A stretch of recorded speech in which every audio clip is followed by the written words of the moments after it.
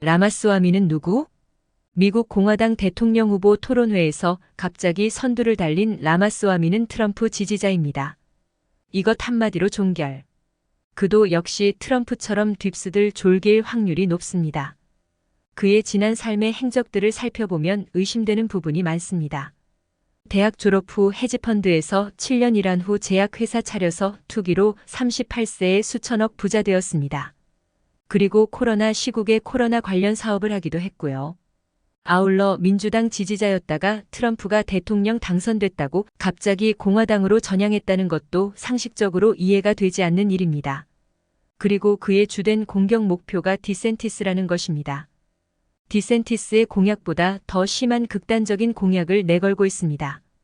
예를 들면 18-25세 유권자 투표권 박탈, 연방 공무원 절반 즉각 해고 등같이 말도 안 되는 극단적인 공약들입니다. 이것은 그의 출마 목적이 디센티스 지지율 깎기 위한 것이라고 볼 수 있습니다. 라마스와미는 독실한 힌두교 신자인데 프로필에는 기독교도들을 의식해서인지 단일신론 힌두교도라고 소개하고 있는데 이것도 어불성설입니다.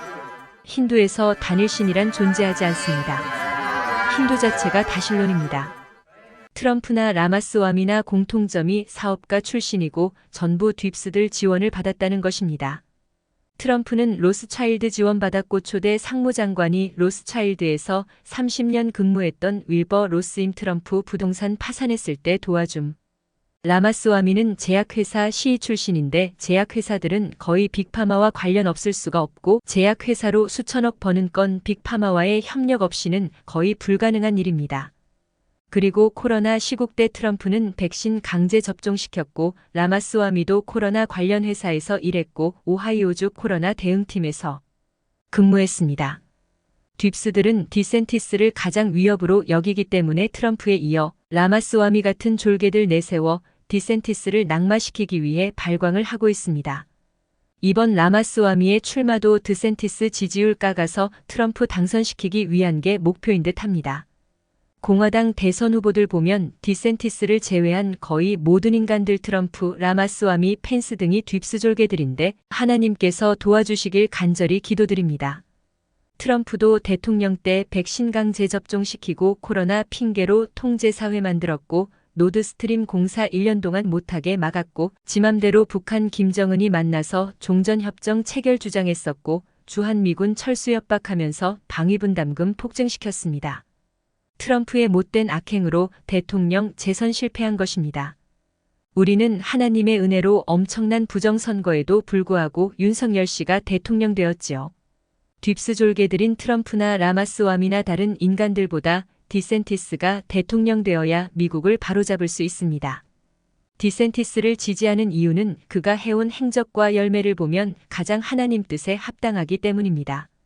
동성애 반대하고 초등학교에서 동성애 교육 시키는 것 금지시키고 마스크 흰신 강제 접종 가장 빨리 금지시켰고 러시아와의 평화적 외교관계 지지, 딥스인 조지 소로스 졸개 검사들 파면시켰고 개인정보 보호 등을 이유로 CBDC 반대하고 아동 범죄자에게는 사형을 구형하게 하는 등 가장 당연하면서도 상식적이고 기독교적이기 때문입니다.